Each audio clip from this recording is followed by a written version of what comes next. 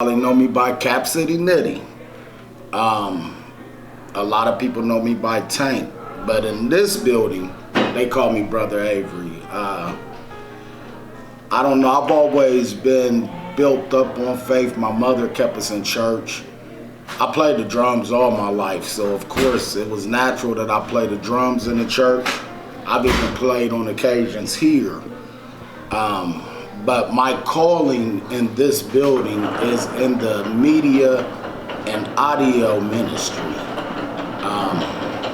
The funny thing is, had it not been for God removing me out of the street mentality and the street thinking, that I would have never had the experience or knowledge to do this. I come from a long line. I'm a South Sider, from the South Side. And I came up in a record label called Big Daddy Sound Records, and to be part of that, you had to have money. So, with us being on tour all the time, you really never could get a job, and if you did, it was only for a matter of days. So what I started doing was I started selling drugs, and just that money alone became addictive. My whole life changed, not for the better. Yes, I did. I had money. I had 10 cars lined up the street, only 3 of them running, because I was getting the other ones fixed because they was oldies. Right. And, it just was a lot of wasted time and a lot of wasted money. So about 2007, after doing a lot of jail time, I've been Grammy nominated by now. I'm on my 2nd record deal, good record deal too, with a bonus and all. And I'm doing my thing, but I'm in them streets. So I end up in addiction, and everything just came crumbling down. All of my priorities changed. All of the things that I wanted to do became on hold because I forgot the boundaries and the foundation that I was brought up in, which is in a Christian-based faith. I started believing more in money than I was believing in God. So God used my addiction to make me think about Him and make me think more about Him. So I was in and out of the county, and I just treated that like it was a bowl of cereal, just 60, 70 days here, 80 days there, 90 days here.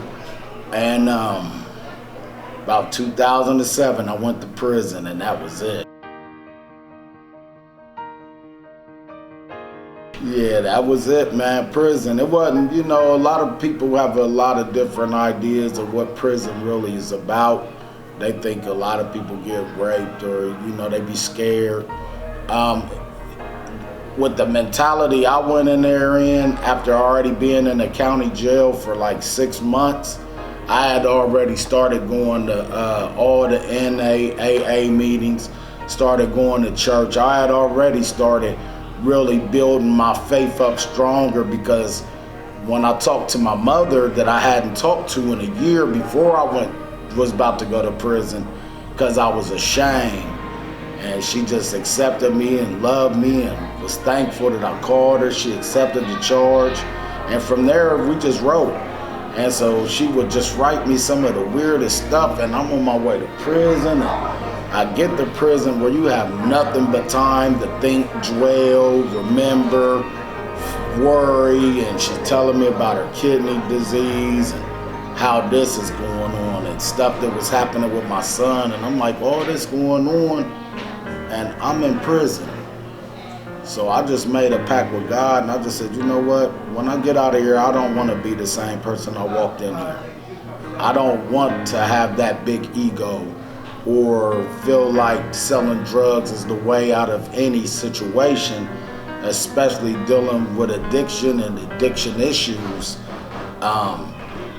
So time went by, I got out of prison, was staying with my mom. I lost everything I own. Just living in hotels and all this different stuff. When I got locked up, I lost